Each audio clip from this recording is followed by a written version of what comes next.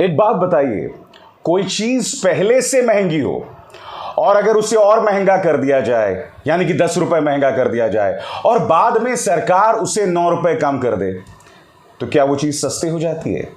मोदी सरकार की यही खासियत है दोस्तों कि पेट्रोल और डीजल के दाम पहले से महंगे थे, घरेलू गैस के दाम पहले से महंगे थे, इन्होंने वापस उसे सामान्य स्तर पर कर दिया और मीडिया उस पर वाहवाही करने लगा।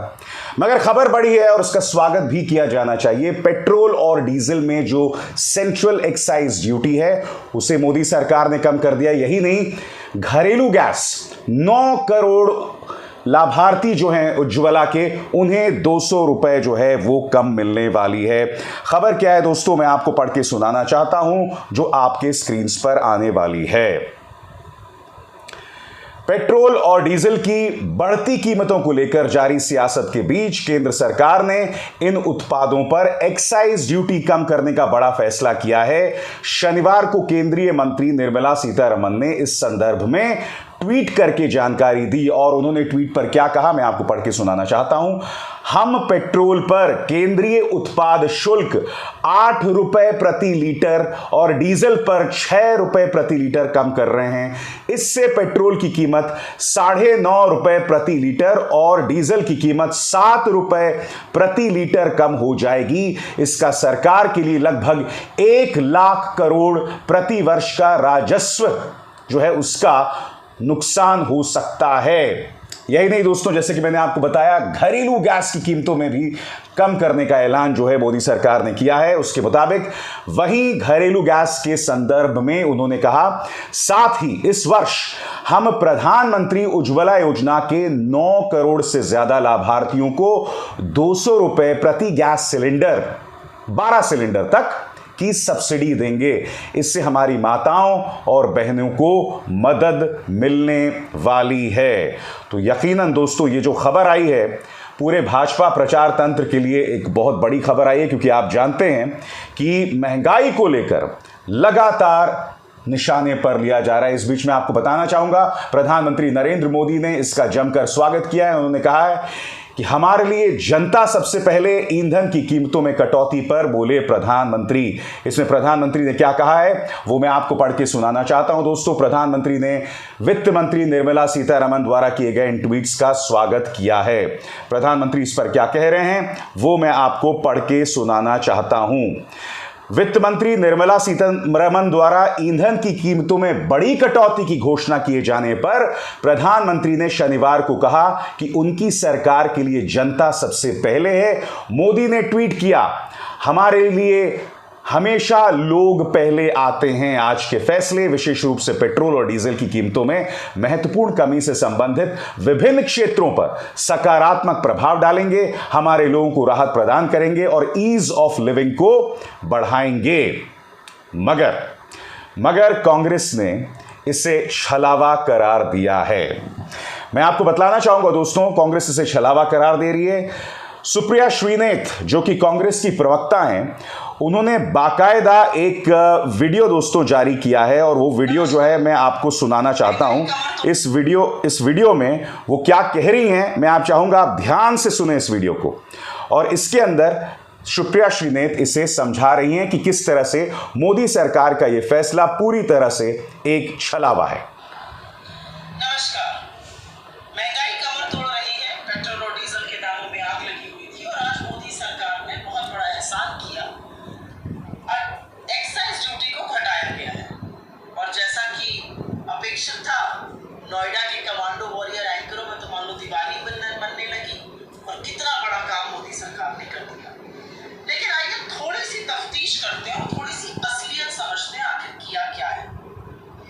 पेट्रोल का दाम अभी 105 रुपए 41 पैसे प्रति लीटर है।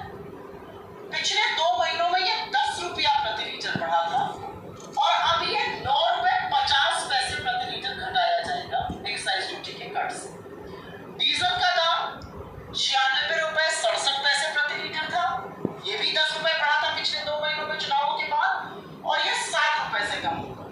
तो आप देख सकते हैं कि दोनों दाम 2 महीने के पहले वाला जो लेवल था उससे ऊपर ही रहेंगे, उसके नीचे नहीं जाएंगे। 2 महीनों में 10-10 रुपए की बढ़त हुई थी पेट्रोल और डीजल पर। तो पहली बात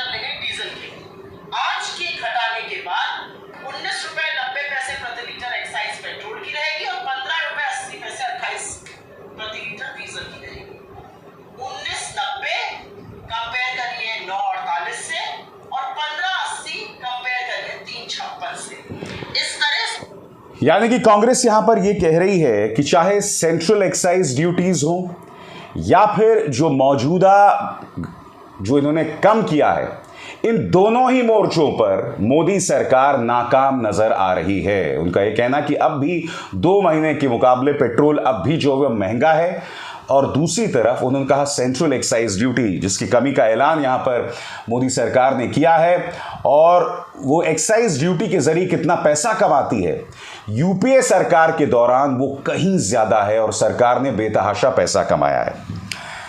देखिए, विपक्ष का काम है चीजों की आलोचना करना, विपक्ष का काम है जो हकीकत है जनता तक लाना, और अमूमन हमारे देश के अंदर विपक्ष का काम आलोचना होता है। विपक्ष तो काम करेगा, मगर मेरा मानना है कि चाहे 2 महीने के पहले जो पेट्रोल डीजल के दाम थे उससे आज की तारीख में अब भी पेट्रोल डीजल के दाम ज्यादा हो, मगर उसका स्वागत किया जाना, क्योंकि हम ये ना भूल रहे हैं कि इंटरनेशनली रूस और यूक्रेन के युद्ध की वजह से भी लगातार हालात बद से बदतर बने हुए हैं। सरकार के पास कोई इकोनॉमिक पॉलिसी नहीं है, ऊपर से सांप्रदायिक जहर जो है वो देश को एक अलग किस्म के उन्माद की तरफ ढकेल रहा है।